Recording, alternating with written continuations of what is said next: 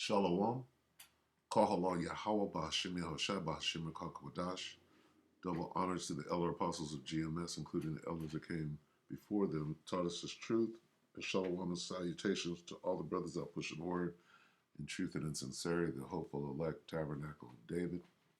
The brother Yahshua, I'm back with a quick lesson of how this devil is becoming more and more draconian with every day and every hour that passes by. All right, so we're going to start right here at Isaiah 10 and 1. Woe unto them that decree unrighteous decrees, and that write grievousness which they have prescribed, to turn aside the needy from judgment, and to take away the right from the poor of my people, that widows may be their prey, and that they may rob the fatherless. All right, because who's the main customer at a fast food restaurant? That's Jake. All right, what are you gonna do when you can't get the 3-piece and biscuit? What are you gonna do when you can't get the little $2 combo? All right, first of all, they're gonna jack the prices all the way up and make it impossible for you to afford. And then, all right, you gotta declare your papers. The papers, please. Okay, and I mean, they're slow walking you into it, but with every day that passes, this devil, he's got to speed up his work. Let's get that real quick. Real quick, Revelation 12 and 12. This got to come out every day right now. Therefore rejoice, ye heavens, and ye that dwell in them. Woe to the inhabitants of the earth and of the sea, for the devil, so-called white man, okay, pushing his unrighteous decrees, is come down unto you having great wrath. What wrath? Nigga, you can't eat. You can't, you're out of your house, because he knoweth that he hath but a short time. Okay, so let's watch this. This is ABC News, ABC 7 News Bay Area on the 20th. Is about a week ago now. Today is the 26th, I believe. San Francisco, In-N-Out. What is In-N-Out? It's a burger. It's a fast food burger joint. In-N-Out Burger. In-N-Out Urge. Right. Sends strong message against Divock Vanessa Mandrake. All right, so right here you got the Egyptians fighting against the Egyptians too. There's so many scriptures or precepts that come straight up off of this. So let's watch this 2 minutes. All right, so let's watch this, where this thing is going. Okay, because very soon, what you have is In-N-Out is saying, "Fuck that. We're not going to be the poster child for forcing, to look at your papers." Right? But in a minute, they're going to fold. All right? Really, it's just a way to get the message out. New details tonight about Bay Area restaurants fined for not checking the vaccination status of indoor dining customers. Okay, so they said restaurants, plural, letting you know where this thing is not just this one, and they're going to have a little fight. This is the beginning of the floodgates being opened. New details tonight about Bay Area restaurants fined for not checking the vaccination status of indoor dining customers. An In-N-Out Burger in San Francisco is even forced to temporarily close. ABC 7 News reporter J.R. Stone has the strong reaction from the chain and other restaurants. Okay, so they were forced to close. Now, what, are they going to stand by the people and not make no money? That's not why they're in business. Okay? They're going to change their policy and do what the hell they're told, or the whole chain, the corporation, loses money. Because what did they do? If they forced them to close, they're also giving them a fine. The first fine is $750. The next fine is a couple of G's, and then that's interfering with what they call the bottom line. So how long is that going to deter them. ABC 7 News reporter J.R. Stone has the strong reaction from the chain and other restaurant owners. In-N-Out Burger reps say, "We refuse to become the vaccination police for any government," in response to news that the San Francisco Department of Public Health temporarily shut down their city restaurant last week, saying that employees were not checking for proof of COVID vaccination. I think shutting down the restaurants is ludicrous, personally. That from Pam Garza, who was getting In-N-Out Burger in Concord when we spoke with her, a location that was fined $750 for not checking for customers' proof of COVID vaccination. County Supervisor John Joya says getting vaccinated and showing a card to prove it benefits the community. I've done that myself, and it's really, I think, a small price to pay to protect our community and prevent the transmission of this virus. And there you have the devil co-signing. So that's the Egyptians against the Egyptians right there. Transmission of this virus. Now, though, another restaurant being slapped with a fine. Fuddruckers in Concord will have to pay $250 for not checking for proof of vaccination. And it's small right now. It's a small price to pay, right? They can afford that. But after your fifth and sixth time, how much will it be then? And then you got to play ball. In a phone call, the owner's thoughts echo that of In-N-Out Burger, saying they aren't in the business of asking for people's personal health information. Right now, they're not. Very soon, they're gonna hire somebody just to stand at the door and say wave your hand, or they're gonna install, right? Everybody gonna be forced to install a checker, right? A chip checker, and you can't come in unless you're in the NWO. That's where this thing is going. All right. So saith the prophets of the Most High. At least one customer there who is vaccinated agreed with that. But I don't know about getting fined because they're trying to take all our rights away, and that should be a freedom of rights.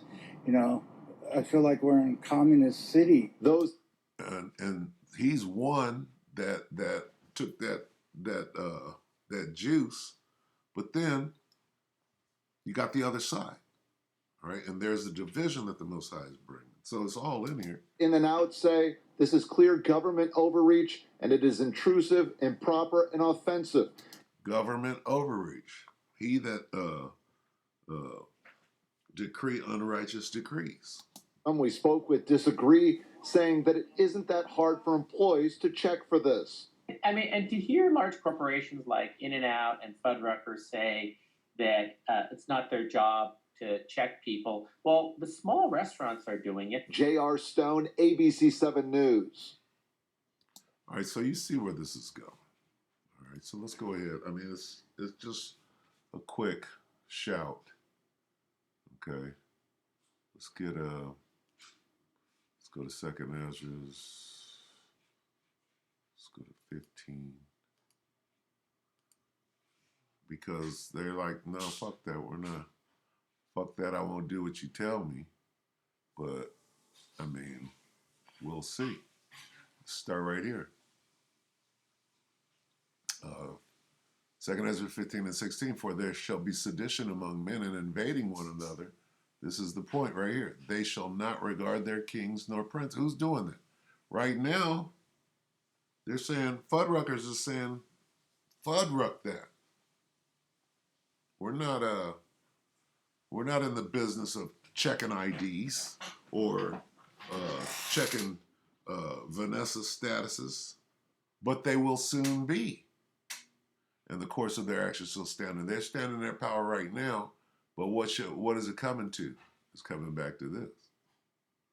Woe unto them that decree unrighteous decrees and that write grievousness, which they have prescribed. Let's look at that in the NIV. What are those that make unjust laws? Hey, you can't come in here unless you show me that you are on board with this NWO. That's unjust. And we heard that from some of them. Even one that had already acquiesced, if you will, right, to those who issue oppressive, that's oppression, clearly. What sorrow awaits the unjust judges and those who issue unfair laws. Woe to those who decree iniquitous decrees and the writers who keep writing oppression, oppressive decrees. And to those who constantly record harmful decisions, unjust decisions, oppressive decisions, oppressive laws, right perverseness. That's a perversion. These people can't eat. Injustice, oppressive regulations, okay? Iniquity, perverseness, unfair, and those who are always instituting unfair regulation. This is going to be the norm. They have to change the way people think. They have to change what normally would have been looked at as being ludicrous. All right. So let's get Isaiah. Let's go to 19.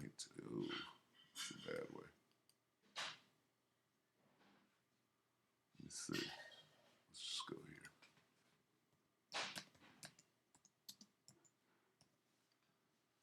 here. Okay. So what's going to happen? All right. You're going to get two sides to this thing. You're going to get the division. Let's go 19, Isaiah 19:2, and I will set the Egyptians against the Egyptians, and they shall fight everyone against his brother and everyone against his neighbor, city against city and kingdom against kingdom. Okay, because very soon they're going to demonize those who haven't taken it, like they have some sort of sickness. When the truth is coming out that the ones that have taken it are manufacturing plants to keep that thing going. And that truth is slowly trickling out. All right. So let's get the famine that's coming along with this. Let's get Luke. We always go to Matthew. Luke 21. Luke 21 and 11. Start here. Luke 21:10. Then said he unto them, nation shall rise against nation. Who's he? That's Yahushua speaking to the disciples.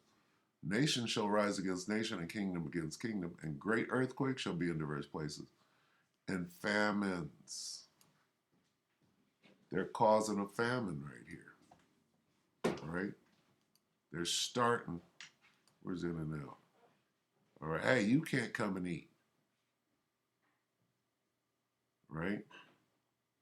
What is famine? A lack of food, a lack of bread, hamburger buns. All right? They're going to start with these people, right? The unvanesced.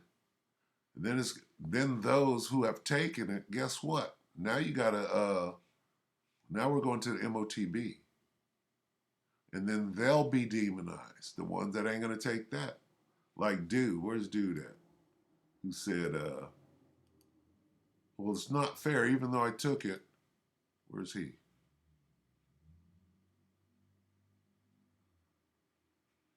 Where's this guy at? Let's find him. There he is. Now, see this guy? Look at him. He got his little motorcycle vest on. At least one customer there who is got that juice. He agreed that what? That what they're doing is draconian. Even though he took it. So what's the next step for this guy? All right. Fish and chips. He's going to have to eat them fish and chips. Is he going to do that? Maybe, and maybe he's going to have a problem. If he has a problem with what he already did, and where they're going with it, most likely he's going to think twice about eating some fish and chips. Okay? All right? He might not know better than Vanessa, but he knows better than to put fish and chips in your body. All right? Listen to this. Agreed with that. But I don't know about getting fined because they're trying to take all our rights away, and that should be a freedom of rights, I feel like we're in a communist city. So he's going to have a problem with fish and chips. You understand? And that's where it's going. So soon, even though he took Vanessa, right, he's going to start, and that's a big dude. He'll last a little while on that gut. But the famine is coming. All right? Let's get Acts. All right? Let's get Acts real quick. And we'll go ahead and close out. Because this is where it's going.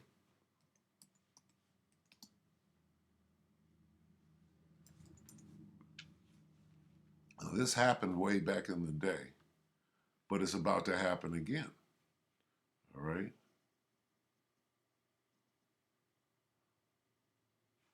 Start right here. Acts 11:27. And in these days came prophets from Jerusalem unto Antioch. Right? And there stood up one of them named Agabus, and signified by the Spirit, which is what I'm doing right now, that there should be great dearth throughout all the world. Okay, what is great dearth? Look at that. One of them named Agabus stood up and through the Spirit predicted that a severe famine would spread over the entire Roman world.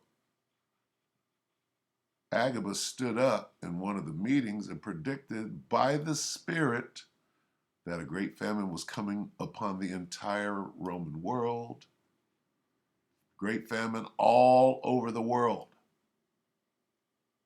Right? Well, that's what the prophet, who's doing this? The prophets. What does it say? In those days, some of the prophets came down from Jerusalem to Antioch. One of them, named Agabus, stood up and predicted through the Spirit, this is what we're doing. We're warning the people that a great famine would sweep across the whole world. All right, and this is what we got. All right, so it's only a matter of time. Why is that? I mean, this is what they're, you want some food, you want to eat, you got to do this.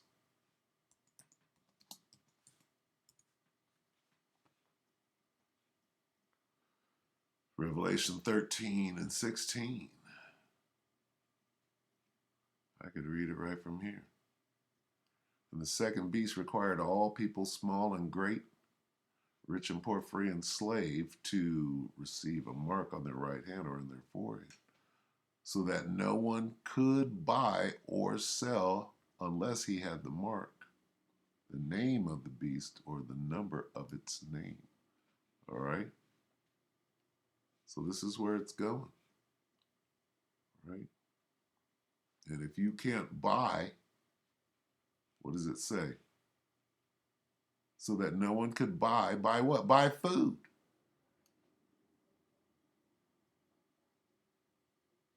Okay? And that food is going to be marked way up. Hyperinflation. All right? So anyway, hope that the elect were edified with that. We're going to say shalom.